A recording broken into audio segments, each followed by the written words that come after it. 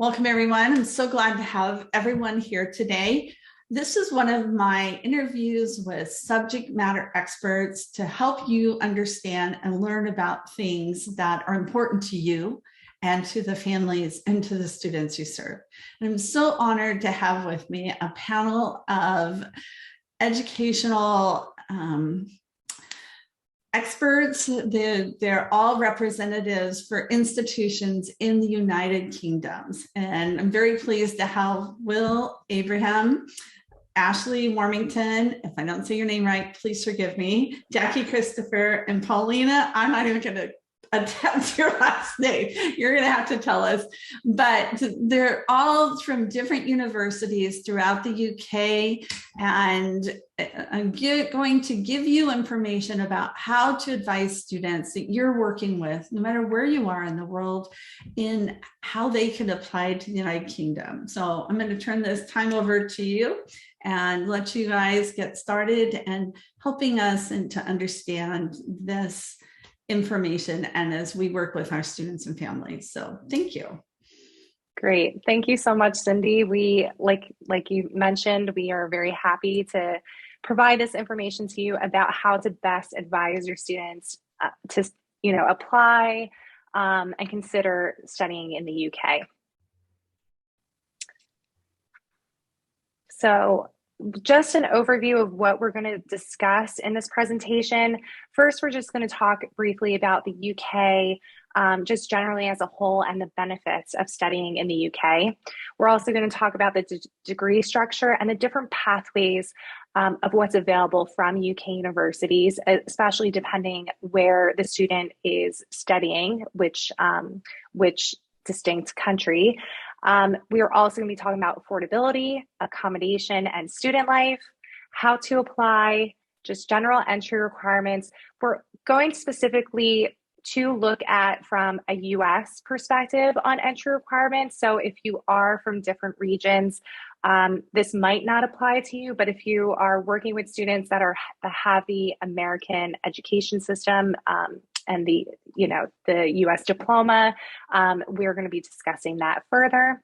And then we're going to talk a little bit briefly about our universities and just generally the presenters. But just to let you know, I have two hats on. My name is Jackie Christopher. I am the founder of the UK Study Expert, but I'm also going to be discussing about Falmouth University. I'm also their development manager for the US. So I will be discussing both those areas. So like I was saying, we're just going to talk generally about the United Kingdom. So there are 4 countries with four distinct cultures. So we have England, Scotland, Wales, and Northern Ireland. And just to kind of give you an idea of how big or the size of the UK. So just England in general is pretty much the same size as the Washington state in the US. So it's not a big country, but they're so different and they vary from each different cultures. So with looking at the different cities that the UK offers, so there are larger cities, there's medium-sized cities, but there's also smaller cities/towns. The larger cities you're going to see like London, Birmingham, Manchester, Liverpool, Sheffield, Glasgow. Mid-size, Coventry, Brighton, Nottingham, Newcastle, Southampton. But the smaller towns, Winchester, Bath, the smaller towns are more like a quintessential British type of feel that you would see with many, with cobblestone streets. But like I said, the UK ranges and they have such distinct cultures. So there is really particular area and location for every type of student, whether they are looking at bigger cities or whether they, thrive better in smaller towns. So just going over the UK education system and the benefits. As we all know, the UK has an impressive international reputation and rank amongst the best in the world. You'd be surprised to know that 4 of the of the global top 10 are in the UK, and research carried out by UK universities is also internationally renowned for its excellence.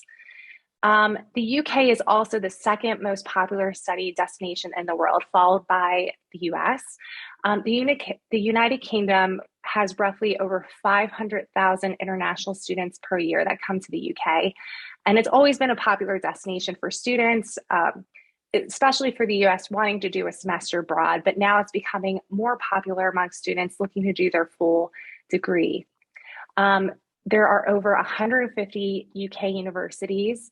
And, like I was showing you with the perspective of, the size of the UK, it's not, as big, not even close to as big as the US, but, it's in the US, they have over, thousands of universities where you do have a distinct cohort over, about 150 UK universities. So even though that is many, it's definitely not as broad as it would be compared to most compared to most countries. The degrees are accredited. There are some professional degrees that will need licensing when a student comes back to the States, like medicine, but the majority are transferable back to your home country. And of course, they look very attractive to lots of international countries, so forth. There is early degree specialism. So England, Wales, and Northern Ireland, they are 3-year degrees. My colleague, Ashley, will be discussing more about that. But, that early degree specialism can be perfect for students who have a genuine interest in their subject. So like the US, where you can be a little bit, you can be very broad in the type of subjects and the type of classes you can take. If you have students that are very interested in being specialized, the UK would be a really great fit for them. The UK also has many industry placements, but also globally as well. So if you have that open-minded international student who wants to expand internationally, not just looking in the UK, but also around the globe, this would be a great option.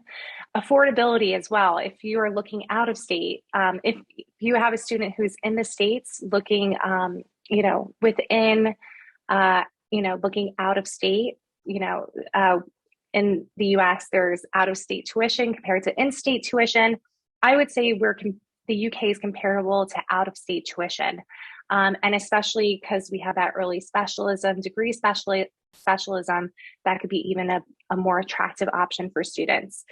And with US students looking to study in the UK, affordability is very important. We do, the majority of UK universities accept FAFSA. The UK also is very easy to get around to different countries. It's a gateway to explore new regions and countries. Many students also have family ties to ancestry or European nationality. So something to consider when working with students that might be a connection to them, or they're just looking to broaden their horizons and look at other opportunities. Now, students can work while they're studying as well. So when a student is on the UK student visa, they can work up to 20 hours a week during term time. During non-term time, they can work up to 40 hours a week. So now I will pass it on to my colleague, Ashley. Awesome. Thank you, Jackie. And as Jackie said, that early degree specialization makes the UK a great choice for a student who knows what they want to study, because we're going to talk a little bit now about the key degree structure differences that you can find not just between the US and the UK, but even within the UK, there's some key differences in the degree structure. So, for instance, the main takeaway to remember is that students will apply directly to their major when they're applying to study in the UK. In the UK, there's no general education or core curriculum requirements. You'll be studying your major from day one, which is a really fantastic opportunity for students. However, there are some key differences in the degree structure, which I'll go into a little bit more now, but just to give you an overview, in England, Northern Ireland, and Wales, it is going to follow that 3-year degree structure. And then in Scotland, it's more of a 4-year degree structure. So for instance, if you were to study, for example, a foundation year in your degree, so this is when a student will enter directly into a foundation year. If they were studying in England, Northern Ireland, and Wales, that would then lead them into their first year of the program, and then they would finish in 4 years total. If you were doing a foundation year in Scotland, sometimes they're integrated foundation years. So it will replace your first year and you'll enter directly into your second year of study. So your total study time would still be 4 years in Scotland for a foundation year. The standard degree structure is that key difference. So in England, Northern Ireland, and Wales, you go in year one, you finish in 3 years. In Scotland, there is an additional year. So it's a 4 years undergraduate degree, similar to the US.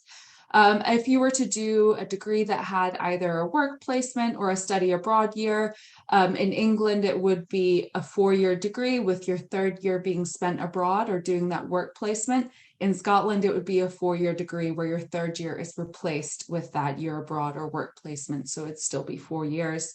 And then another key difference there is that if you were studying your integrated master's, so that's a really useful pathway for a student who knows they would like to go into further research, because it's one application, a very streamlined combined undergraduate and master's degree. So if you were studying that in England, Northern Ireland, and Wales, it would be completed in 4 years, because obviously there are 1-year master's programs. So you do years 1 through 3, and then your master's as your 4th year. In Scotland, it would take you 5 years to complete. So years 1 through 4, and then your 5th year would be your master's degree. So what that might look like in terms of your standard degree path, if you were studying the 3-year degree track, you can just imagine that you're entering in really at year 2 of the Scottish degree example that's laid out here. So this is an example of what the University of Glasgow's 4-year degree would look like in that Scottish degree system with the 4-year degree. In your first year of study, although you're studying your major, you have the opportunity to take electives and study subjects from outside of your degree area.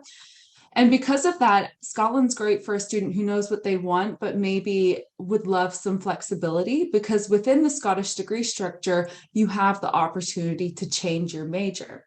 You can't apply undecided. You still do have to apply directly to your major and study that right from day one. But because of those electives, you actually have the opportunity to explore other areas of interest and potentially change your major. So this is an example of a physics student. In their first year, they're studying chemistry and astronomy alongside their major of physics.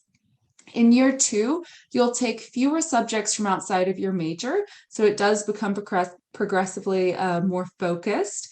And then in year 3, you're only focusing on your major. So at the end of year 2, the student could have changed to chemistry. They could have decided to do physics and chemistry as a joint major. What they couldn't have done would have been to suddenly decide they wish they had studied astronomy and switched to astronomy after year 2. Because they didn't study it in year 2, they can't progress to it as their major. So anything you change to in the Scottish degree structure has to be something you have studied from day 1, if that makes sense. So the Scottish degree has that little bit extra flexibility, but it does take 4 years instead of 3. So that's a key difference when you're thinking about how to advise your students on what might be the best fit for their degree structure. So I'm going to start from talking about the accreditation and recognition of the UK degrees in US. They are widely recognized. As Jackie mentioned, degrees such as medicine or law or dentistry might need a little bit more investigation, but generally speaking, UK degrees are very popular and very well recognized in US. And what we need to remember, this might be the way for the students to differentiate themselves from other students finishing US university. And also just the simple fact that those students decided to challenge themselves and take themselves out of their confidence zone, travel all the way to UK to study in such a diverse environment. This will really challenge the way they see the world.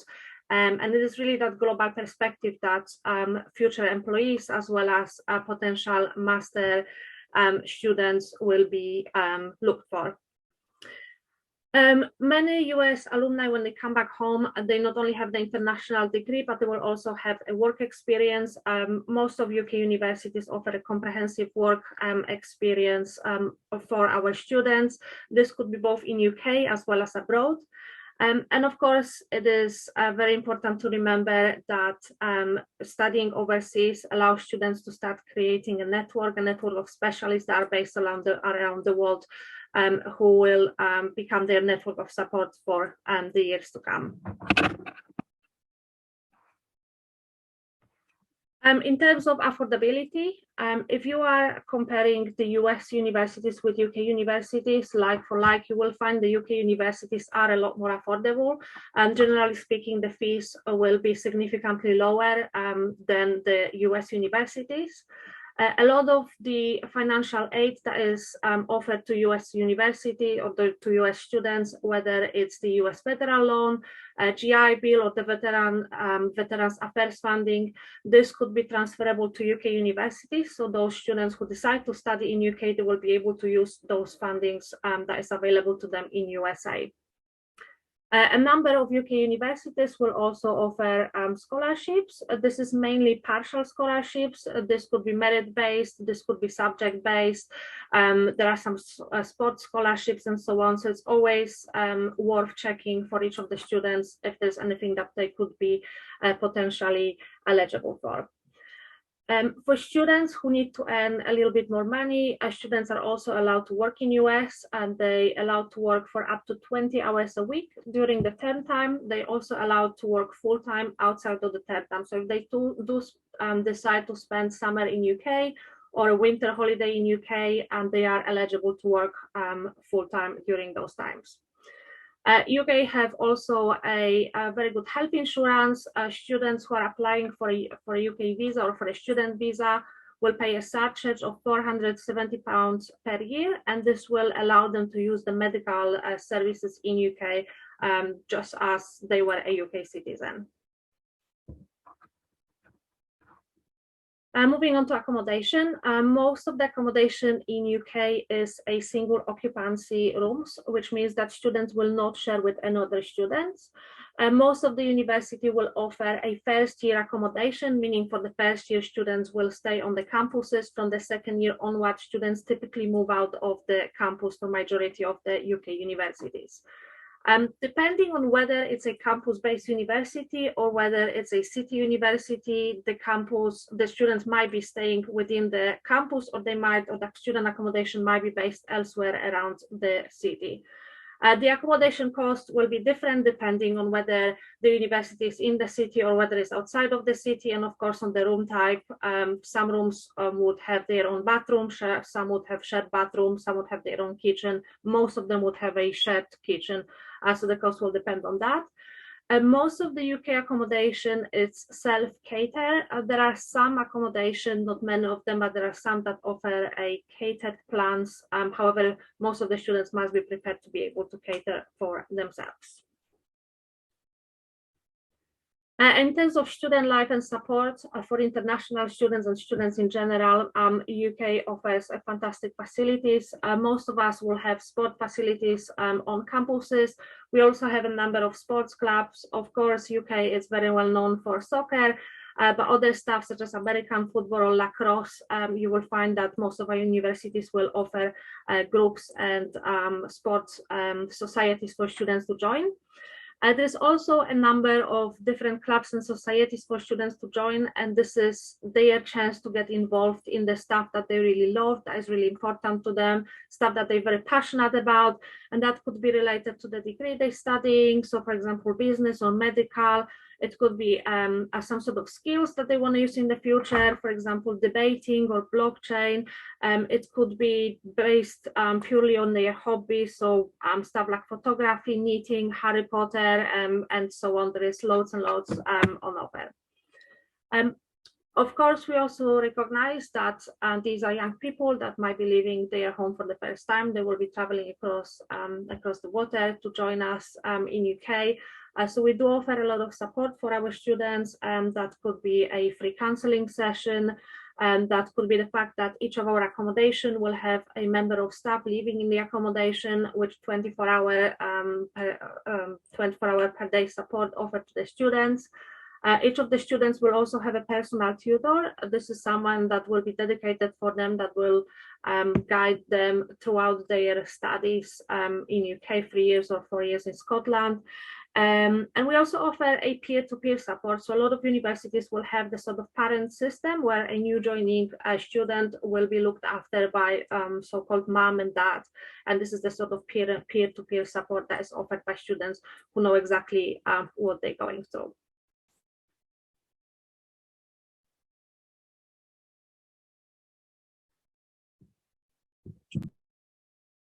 And now we're going to be moving into the Ucas application. For those who are perhaps unfamiliar, the Ucas application is very similar to the common application that we have in the US. All universities in the UK do utilize the Ucas application.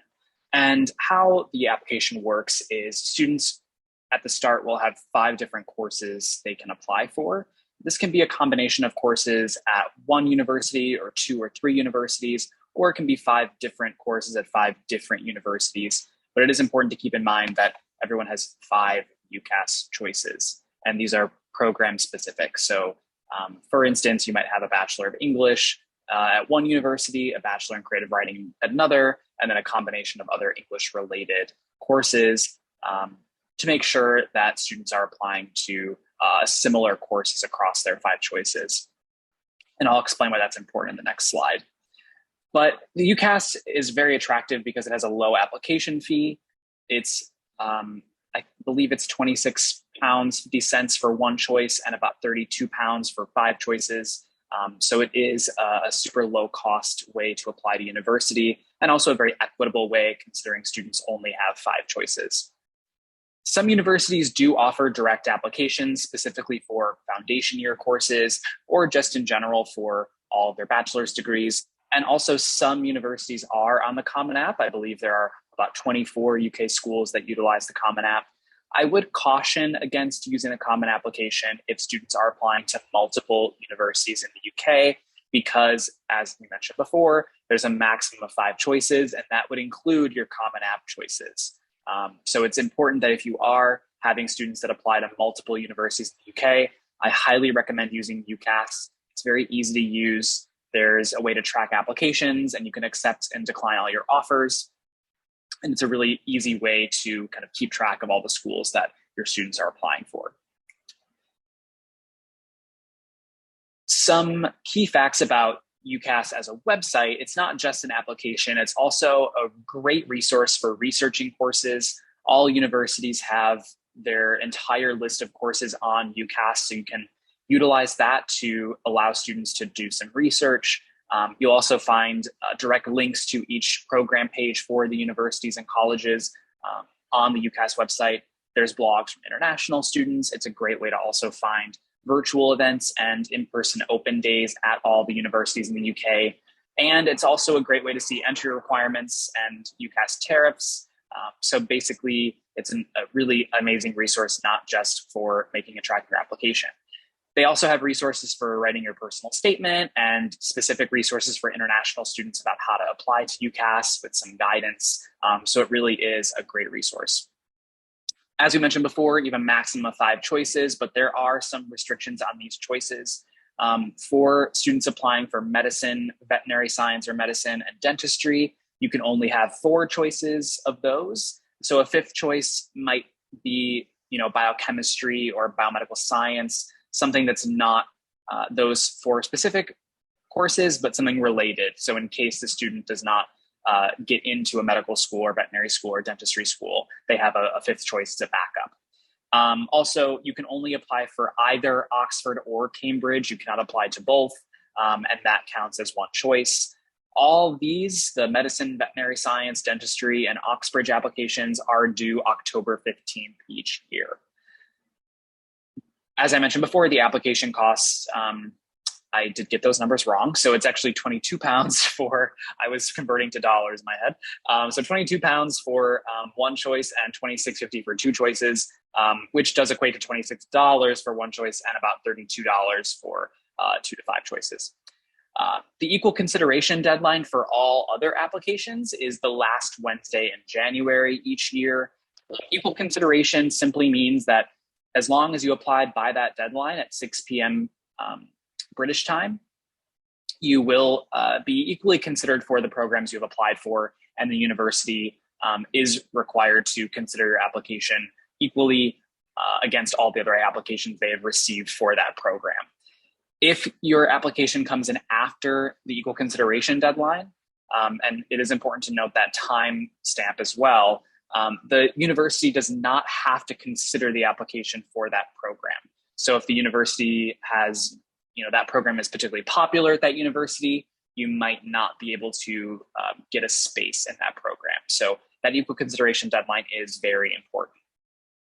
Also, the universities cannot see where else you've applied, so you do have invisibility among your Ucas choices. For entry requirements, again, all entry requirements are going to be listed on individual program pages or on the Ucas website.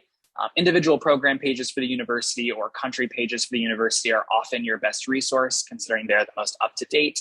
You can also reach out to people like us in this Zoom room, as we also are up-to-date on our own university's requirements. So international officers are a great resource as well.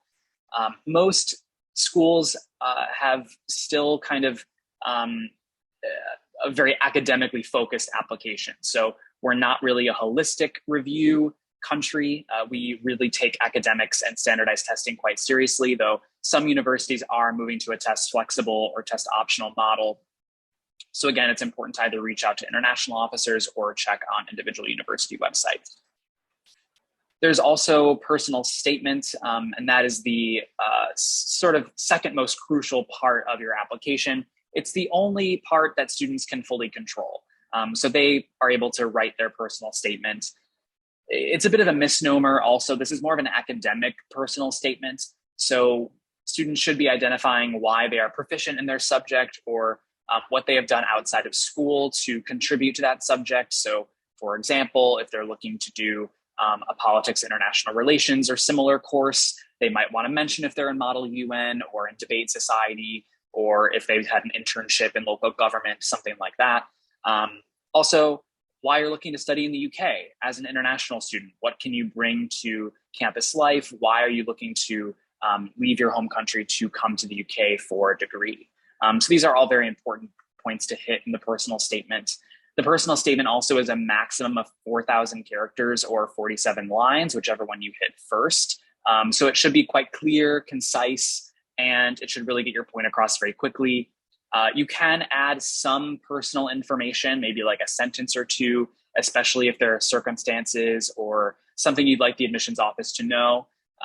But generally, it should focus mostly on academics and your qualifications for your chosen subject. And now we're going to move into discussing our universities, and I will kick us off. So Goldsmiths is a top-tier public research institution located in Southeast London. We are about 10 minutes away from the city center by train. We have about 10,000 students as our population, and about 35% of them are international. It's a very diverse population of students as well. We have about half our students that are students of color, about 22% are LGBTQ plus identifying. It's about 24% disabled students. And we're also, for our undergraduate population, about 45% first generation. Very popular programs on campus are our media communications, fine art and design, psychology, computer science, politics, international relations, music and theater courses. We are a comprehensive university, but we focus mostly on arts, humanities, social sciences, and law, education, and things like that. Our cost of attendance starts at around $38,000 per year. You can utilize FAFSA, as we mentioned before, and also we do have international scholarships available. And a big part of student life at Goldsmiths is really experiencing Southeast London. It's a very, it's a very London part of London. It's a great place to enjoy the music scene. There's a ton of art galleries. There's a lot of coffee shops and really dynamic restaurants and things in the area. It's a really, it's a magnet for recent immigration as well. So it's a very multicultural and diverse neighborhood of London, and it's really part of the student experience. So if you want to reach out, my email address is on the screen there, and I'll be passing it over to my next colleague. So Falmouth University is a creative industries university. So what that means is we are focused on the creative arts, but having those students gain that industry experience while they are doing their degree. So we're very, very focused, hands-on. Students are, utilizing equipment that professionals use today. And Falmouth is located in Southwest England, right at the foot of the UK, in a county called Cornwall. And we are about 5 minutes from the harbor. We have surfing, sailing, hiking, all those different activities. I would say that we are, have a smaller town feel. So if students, aren't looking for those big cities, Falmouth would be a great location. And it's more of a community feel. Our student population is roughly 5,000 students, and we have 9 different creative academic departments ranging from music, games academy, film, and more. Now with the application process, as mentioned earlier, that academics are very, very important when it comes to UK universities. But for Falmouth University, yes, that is important, but it really comes down to a student's creativity. We're very proactive and supportive of the creative arts. So a student would need to submit their portfolio and go on to their interview. We do not require SAT, ACT, or AP. So if you have those creative students that aren't very strong in the in standardized testing, Falmouth would be a great option. I am based in Florida. If you have any questions, you can reach me at my email below. And now I'll pass it on to the next university.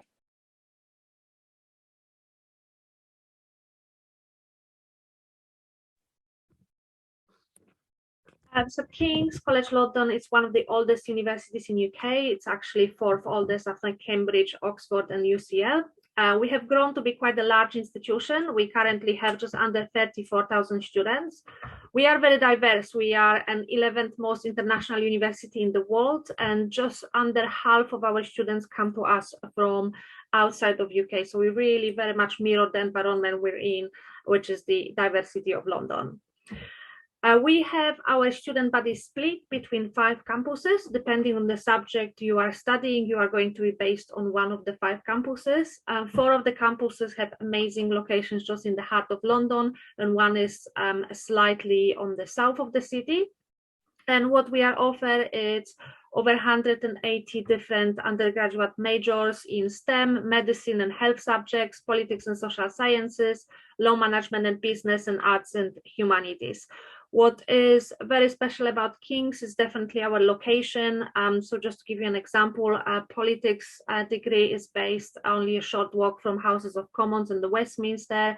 Our law school is only a short walk from the Royal Courts of Justice. We have partnerships with British Museum, with British Library, with Shakespeare Globe. So it's really amazing university to sort of discover those links and make the most of being in the city. So we would be a suitable university for students who are independent, who like the city life, and who are excited about London. I've just noticed that there is no contact details for me on this slide, but I will leave the contact details if anybody would like to get in touch with me. Thank you. All right. Hi. So the University of Glasgow was founded in 1451. We're the 4th oldest institution in the English-speaking world. We're located in the largest city in Scotland and the 4th largest city in the UK, the beautiful city of Glasgow. We have around 35,000 students, but what I love about that student body is that it's very diverse. There are over 140 nationalities represented on our campus. We are a member of the Russell Group universities in the UK, and some of our most popular programs include business, engineering, health and life sciences are really popular at the University of Glasgow. We rank top 5 in many of them, including exercise and sports sciences, first in the UK for dentistry, and we're also a world top 30 for veterinary medicine. Other popular courses include international relations and psychology, which you can take alongside neuroscience as well as an undergraduate student. Our total cost of attendance starts at around $38,000 per year. That would include your tuition and cost of living. Our tuition itself starts at around $25,000 a year. My contact details are here, so if anybody would like to get in touch and learn a little bit more about the University of Glasgow, please do.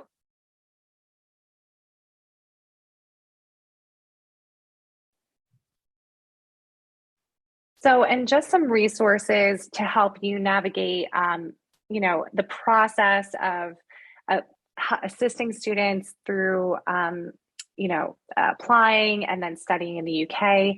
So as Will mentioned earlier, there's Ucas, which is a great resource if you have students who have a particular program that they're looking to study. That will list all the different universities in the UK. All universities are listed on that website. But if you're trying to look for universities with a particular academic student with an academic profile, the UK Study Expert allows you to match a student's academic profile to UK universities. We have about 28 UK universities listed, so that will help you start the process to get your feet wet in the whole navigation. The British Council also has resources available, and the UK CISA website as well. They also provide information about the processes and also the visa information. So now we are going to go into, next is our contact information. These are all of our email addresses. If you have any questions about particular universities, as I mentioned earlier, I have 2 hats on, so which is why I have 2 emails. So you can reach out to me on either one. Paulina, again, is for King's College London. Will is for Goldsmiths, University of London, and Ashley is with University of Glasgow. And now we will go into our Q&A.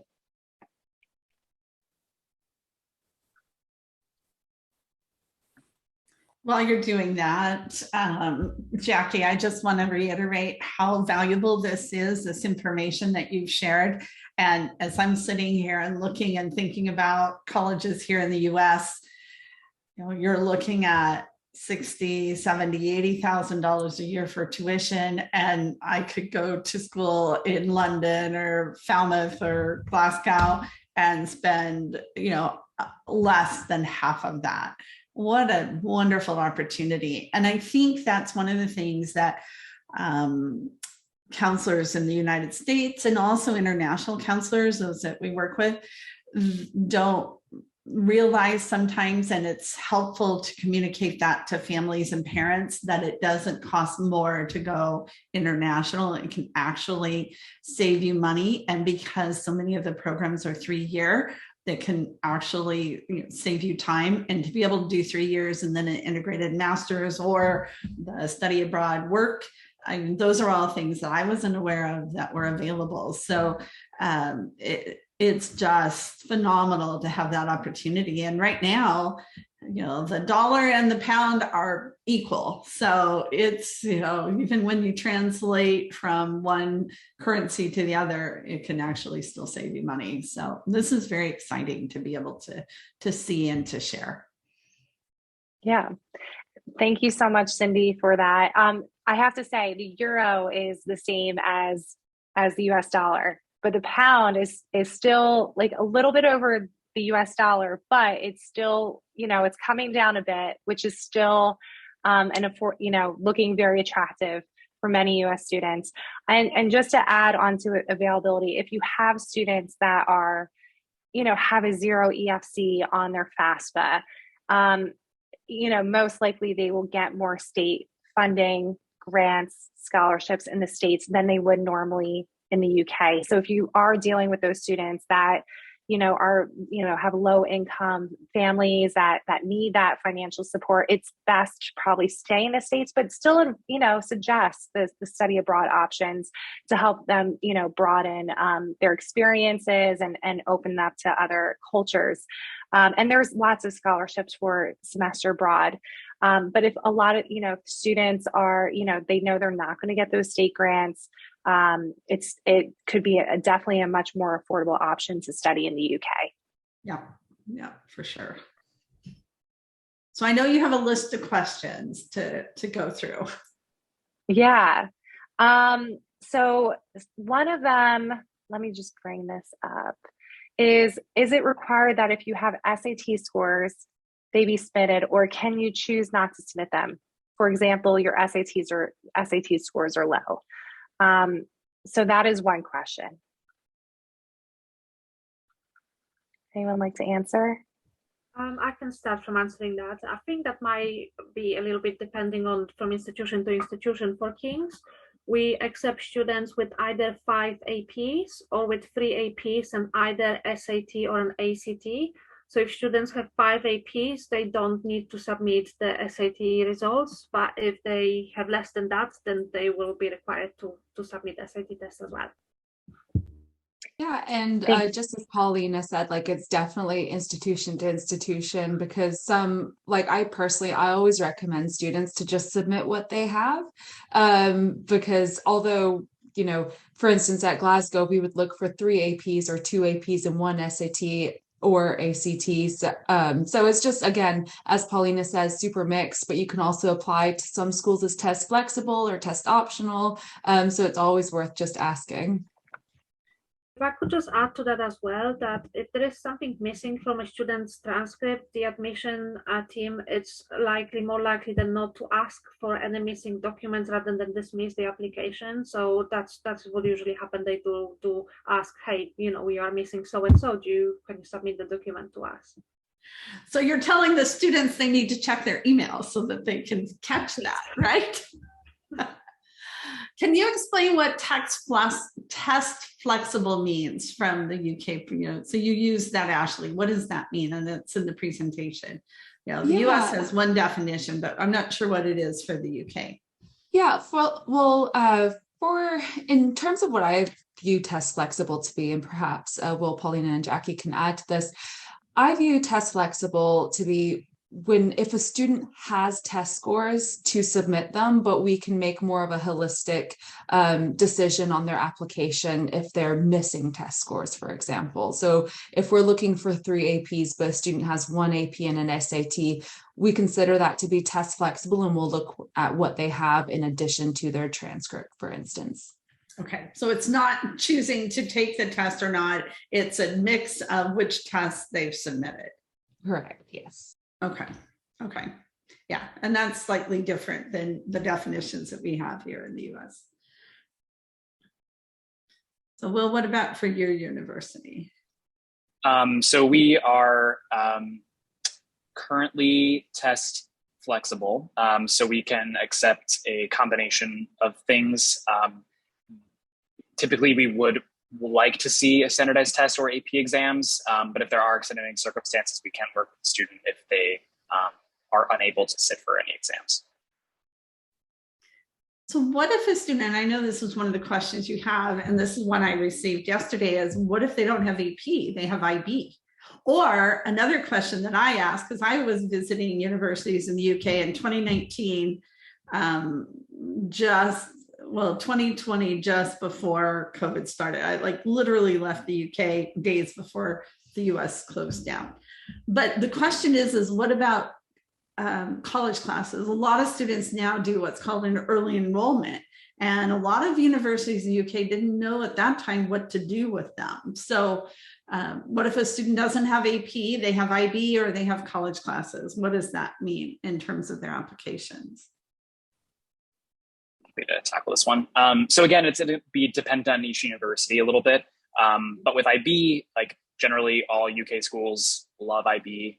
They will typically have on their country pages or like on program pages actually what the IB tariff would be. So minimum score, if there are certain HLs required, what scores on individual HLs are required. So for instance, like Goldsmiths across the board pretty much is a 33 overall with 6, 6, and 5 on 3 HLs.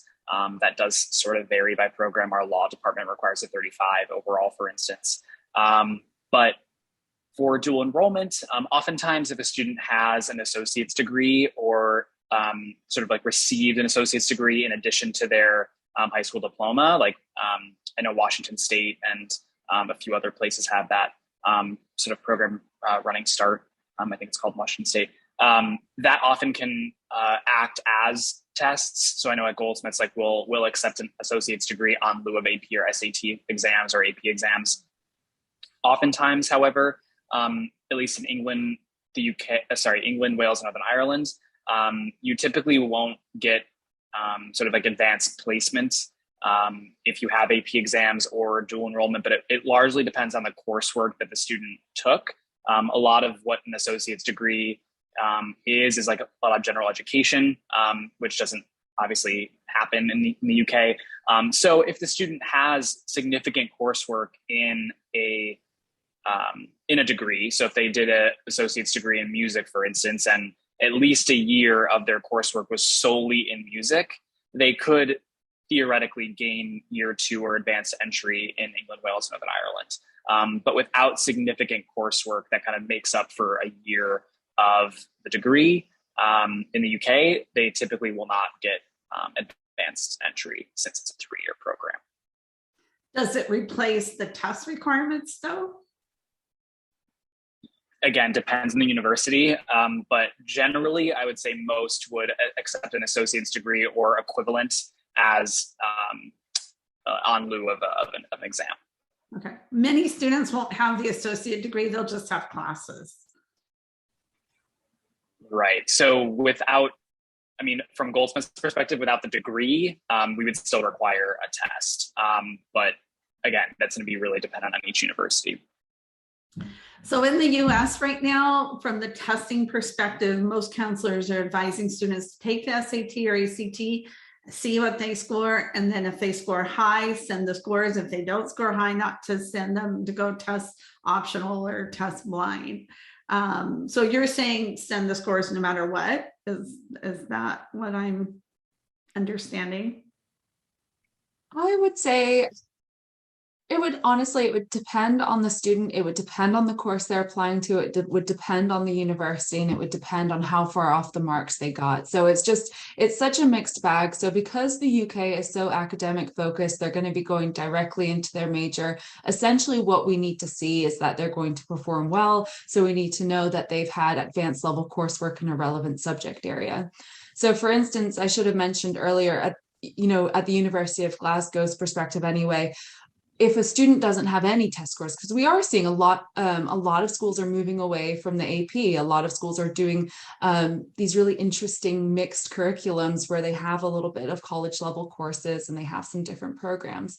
What we would then look for in that case, if they don't have any test scores, is a 3.5 or above unweighted GPA with relevant coursework in advanced level subjects. So again, if they had a test score, for instance, just for an example's sake, if a course required an ACT of 27 or above or an SAT of 1280 or above, and a student scored like a 20, maybe don't include that, if they had a strong GPA. But if they were like a 26 or a 25 and maybe we're missing some of the advanced level coursework in a relevant subject area, then it might be worth still submitting that. And again, even beyond that, it would depend on what they were applying to.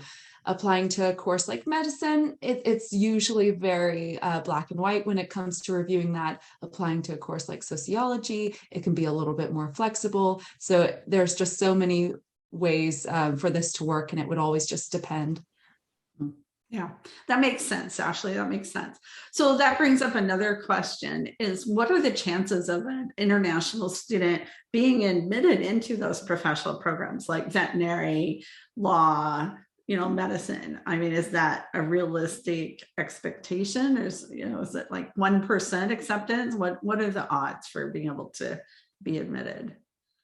Usually each university will have a different number of places available, and they'll also have really different and varying review processes. So I'm not sure about Will, Paulina, and Jackie, but we don't really have admit rates that we can really publish because it just depends each year.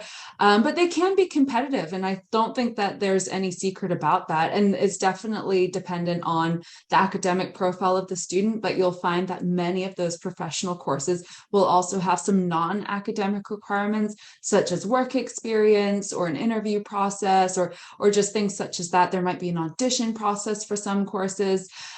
So it would really, again, just depend. I think that there definitely is a chance, and that if counselors are working with students who are really a good fit and strong, they should absolutely try to apply it, because if it's what they want, and if they have the strong track record for it, then they might be a perfect fit.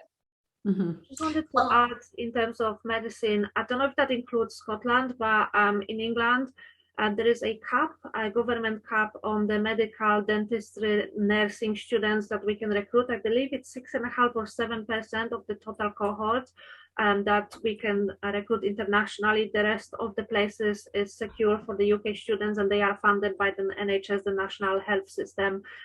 So for King's, for example, we have about 400 places on our medicine courses. That translates to about 25 places for the international students. But it is, generally speaking, law doesn't have the same cap on it. So it's not as competitive to get into a law program as an international student as it is into those health-related services such as nursing, medicine, and dentistry. That makes sense, Paulina. That makes total sense. So, Good. Well, Jackie, I'll take it back to you to let you ask some more questions. I have a list. I always have questions. So. Oh no, go ahead, Cindy. No, I'm happy to hear. Okay. What about, you talked about the individualized opportunities or resources for international students, like the tutors and like all these things I had never heard of. That's very exciting. What about a student who does have special learning needs, that they have, we call them neurodiverse, maybe they have dyslexia or, need certain accommodations in their learning. So how is that handled for an international student? Are there offices that address that, or what is the approach for that? So for King's, that would be a part of the wider student services, and that's really the same for the UK students and international students if they have those, extra needs, and they can reach out to the student services before they join university and while they're at university, and there is a team that is dedicated to help those students and make sure that they can get the most out of the studies. And do they have to submit, like here in the US, they have to submit documentation, like an evaluation, a professional psychologist evaluation or something like that? Is that something that's also needed in the UK? I would like to say that it will depend on what the condition is or what they're requesting.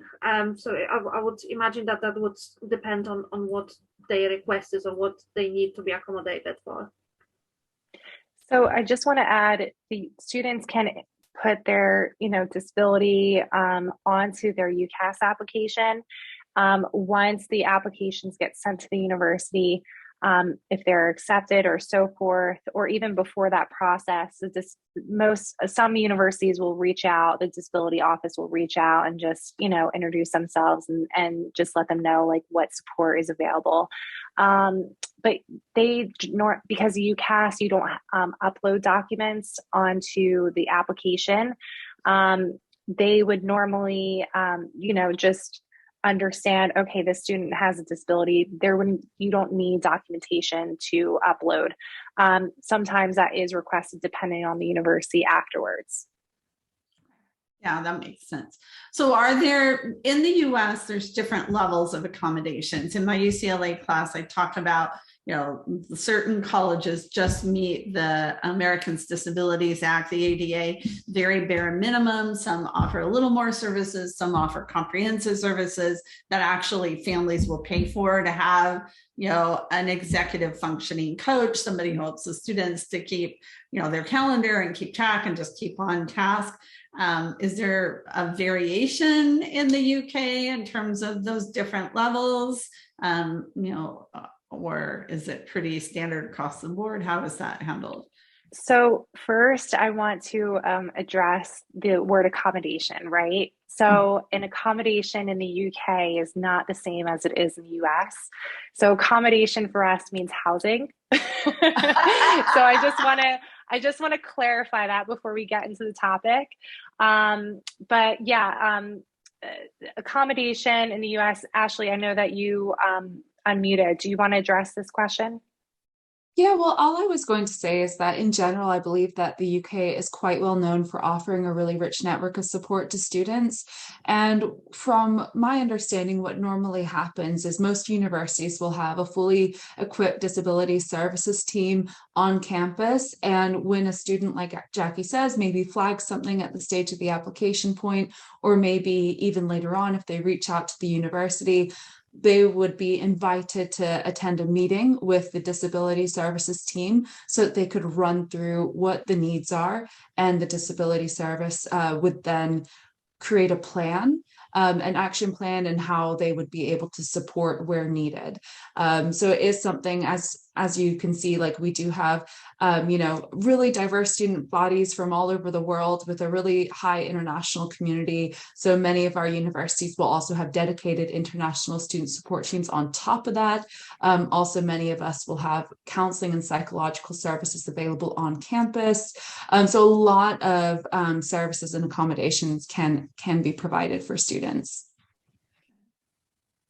And to clarify about the UK term for accommodation, you would look for reasonable adjustments. That's what term we use in the UK. So yeah, Goldsmiths, everything that everyone else said is true, but like some examples of reasonable adjustments that might be helpful for students are like additional testing time, or completion of assignments, use of computers where normally they might not be used, introducing induction loops for like students that might have hearing loss, recordings of lectures and seminars. Like Goldsmiths records most of them so students can watch them back in case they have trouble paying attention. If they have dyslexia, we can offer certain technology for students. So there's a lot of different reasonable adjustments that we can assist with, and we also do them across the sort of university. So the library has ability to offer reasonable adjustments as well as individual academic apartments. But yeah, the best thing to do for students is kind of just meet with a disability advisor at each university, reach out before they arrive or while they're there. We'll work with them quite closely. Nice. That's great. That's great. So my next question is on the Ucas application. So you have 5 choices, correct? Now, my understanding, correct me if I'm wrong, is that can include not only the university, but the majors as well. So for example, if I want to apply to King's or Falmouth or any of your universities, I can pick 3 majors and have them all apply to Glasgow and then just have 2 left. Or I can pick 1 major and apply to 5 different universities in the UK. Is that accurate, or how are those 5 choices distributed? It's entirely up to the student, but you're correct in what you're saying in that they have 5 options in total. So if they want to apply to 2 different majors at Glasgow, that's 2 of their choices used up.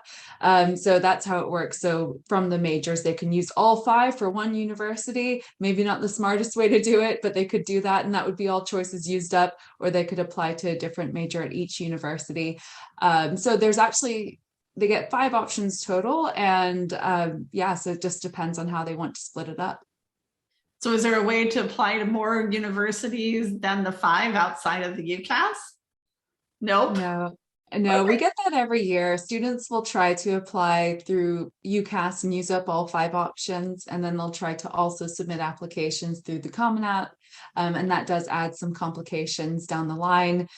So for instance, all Common App applications eventually turn into Ucas applications on the back end of the system. So if a student, we get this every year, if a student has an offer on the Common App and we're like, wonderful, we're so happy that you want to accept, now let's get you switched over to Ucas, and then our admissions goes to Ucas and see that it's full. And then the student, you know, it's just a whole process in getting them switched over. So we really, you know, try to put this out there that students really need to choose Ucas or Common App when they're applying. That's a very good thing to know. I'm glad you brought that up, because I could see where they would do that, but it hadn't occurred to me that would be, yeah, no, I can totally see that. And that would be surprising to them. It's like, well, I have choices here, and I'm sure that happens. So that's very exciting. All right. As well, I don't know if my colleagues don't agree with me, but Kings, we generally speaking advise students not to apply for more than 2 courses at the same university, not to dilute their application too much, because they do have to write a personal statement, and they only write 1 personal statement for all 5 choices. If they start applying for too many courses at the same universities, it's the same personal statements they submitted to all the different programs. So it's okay if they really like the university to have that backup option at the same university, but generally speaking, we would we would advise them to diverse a little bit with their choices amongst other UK institutions. That's a very good point, Paulina. I think that's really important for students and advisors to know. So one last thing that I want to cover, and Ashley, I don't know if I told you, but I did have a student who applied and attended the University of Glasgow. So had a wonderful experience. It was quite he had a great time there, and I've been there. I loved the school. I'm looking forward to visiting all your other schools too. But he went through clearing. So he didn't have the high score. So this came up yesterday. Like, if I don't have those 6s and 7s on my IB, or I don't have those 3 AP, then they can go through clearing. So explain what that is. Yeah, absolutely. Well, so clearing, I'll start from the beginning. In the UK, test scores are released around August 5th. Am I getting that date correct? Yeah. So students who are studying their high school curriculum in the UK don't find out their test results until August. So they'll have their Ucas application, they'll have all of their conditional offers, and they're just waiting on their test scores, and then they're released, and they maybe did better than they thought they would, or they maybe did worse than they thought they would. So what the UK has is clearing, which is the opportunity for students to release themselves from any offers they have on Ucas and apply for any courses that still have places at UK universities. So certain courses will be open to clearing and accepting applications for clearing. So although that's why it was set up, international students can also apply through clearing.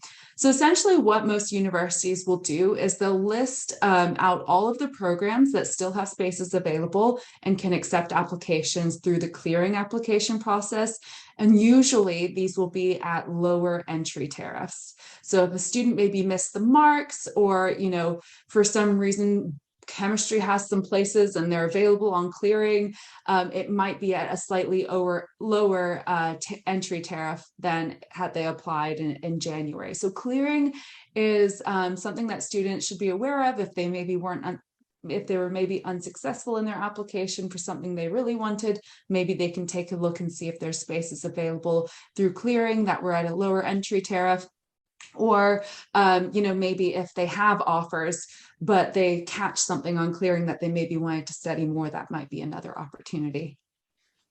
So do all the universities clearing, or do you have, it's in a way, it's similar to waitlist here in the US, and I know they're not equivalent, but I wouldn't have my students count on a waitlist opportunity. So, is clearing something that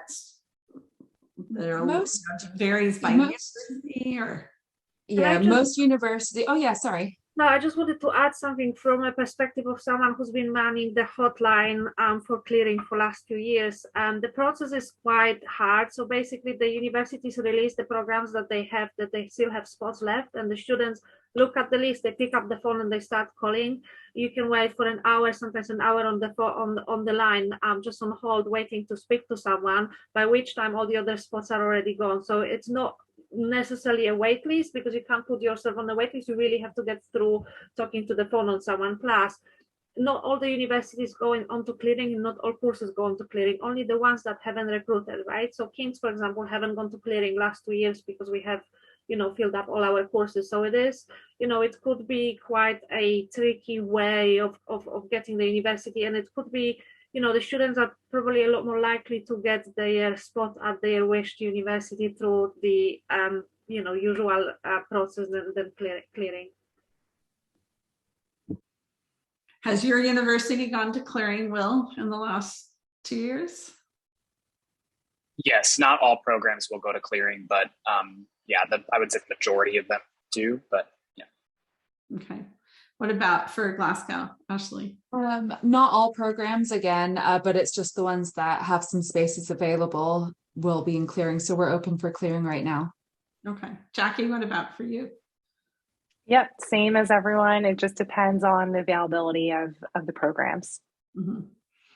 Well, I will tell you, it worked out really well for my student. He was admitted. He found out in September he was almost ready to go to his U.S. school. I thought for sure he was going to go to a small liberal arts school here in the U.S. And he got the call and they said, yes, we have a spot for you. He packed his bags and went to Scotland. Wow, what an adventure. I love it. That's amazing to hear. It was very up and down. And I will say, working with his, the international admissions counselor was key. So the role that you each play is very, very important. And I hope everybody keeps your contact information, because it really makes a difference, because each university is different and each student's situation is going to be unique, and trying to meld those two together is key. So thank you all very much. This has been very informative, and I know that I've learned something from this, and I know my students will as well. Is there anything else that you'd like to add before we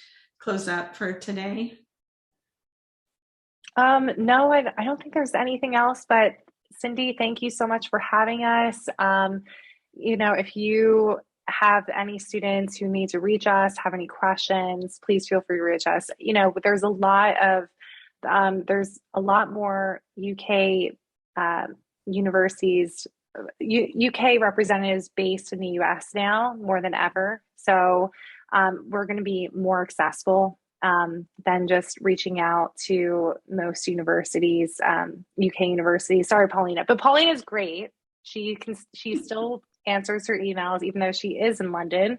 But there are a lot of reps that are based in the US. So we're all here. We all support each other. Even if you have a question about, particular types of universities, we're here, we're available. So please reach out to us. We're happy to help.